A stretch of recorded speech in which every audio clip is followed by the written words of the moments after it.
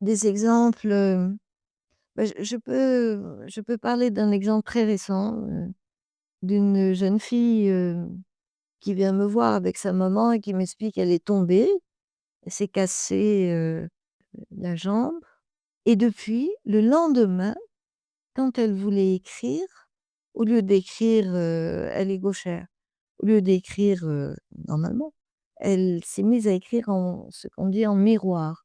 C'est pas le miroir exact, mais c'est-à-dire qu'au lieu de faire, les gestes dans un certain sens, elle les faisait dans l'autre. Elle faisait les les mêmes gestes, mais dans l'autre sens, chaque lettre.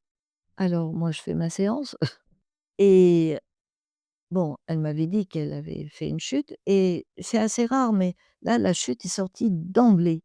Je l'ai perçue dans mes mains par le mouvement, par un mouvement de spirale au niveau de la tête, que j'attribue moi au fascia autour du cerveau, le fascia, de la boîte crânienne.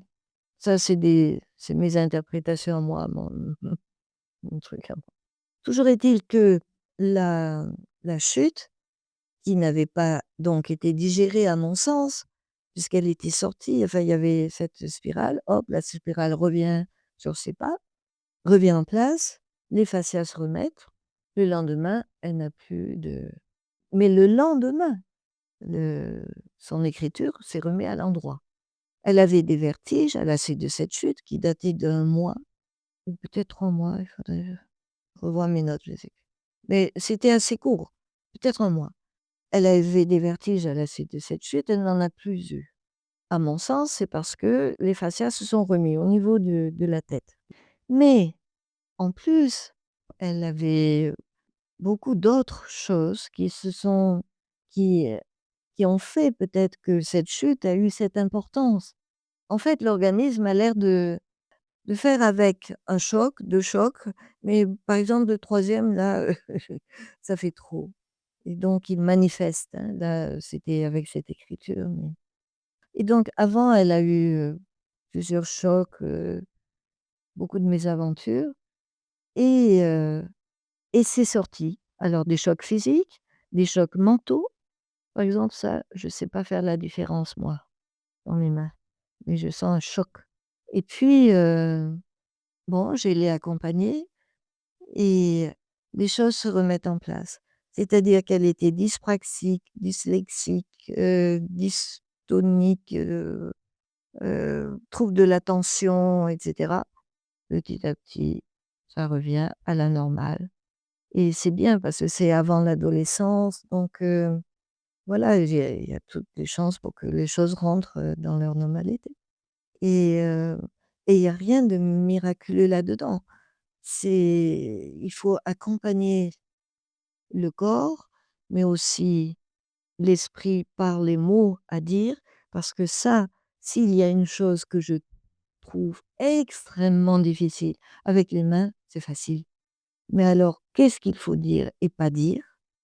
Ça, donc j'apprends petit à petit, je m'améliore un peu, quoi dire, quoi ne pas dire et petit à petit, l'ensemble, il y a pas que les mains, en fait.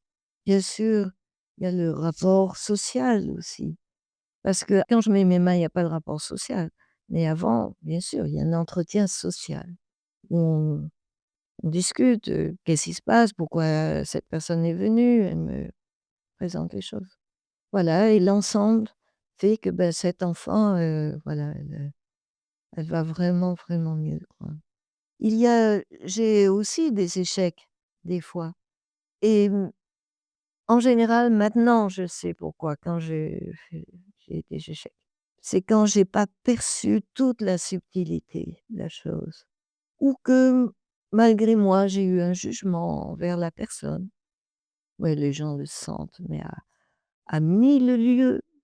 Ces choses-là font que on peut bien faire des miracles avec les mains, ça c'est rien, ça annihile tout. Voilà, avec les mains, je sais quand je me trompe et aussi avec le verbe, je perçois de mieux en mieux quand je me trompe. Donc je fais de moins en moins de faux pas, mais j'en fais toujours. Alors après, j'essaie de rétablir, hein et c'est toujours bien perçu. Et puis il y a des fois où je ne perçois pas et je comprends pas pourquoi je me suis trompée, mais je sais que je me suis trompée. Mais je sais pas, je comprends pas pourquoi. Donc, j'ai encore beaucoup à apprendre, beaucoup à découvrir. Le Yukido est au tout début de son histoire.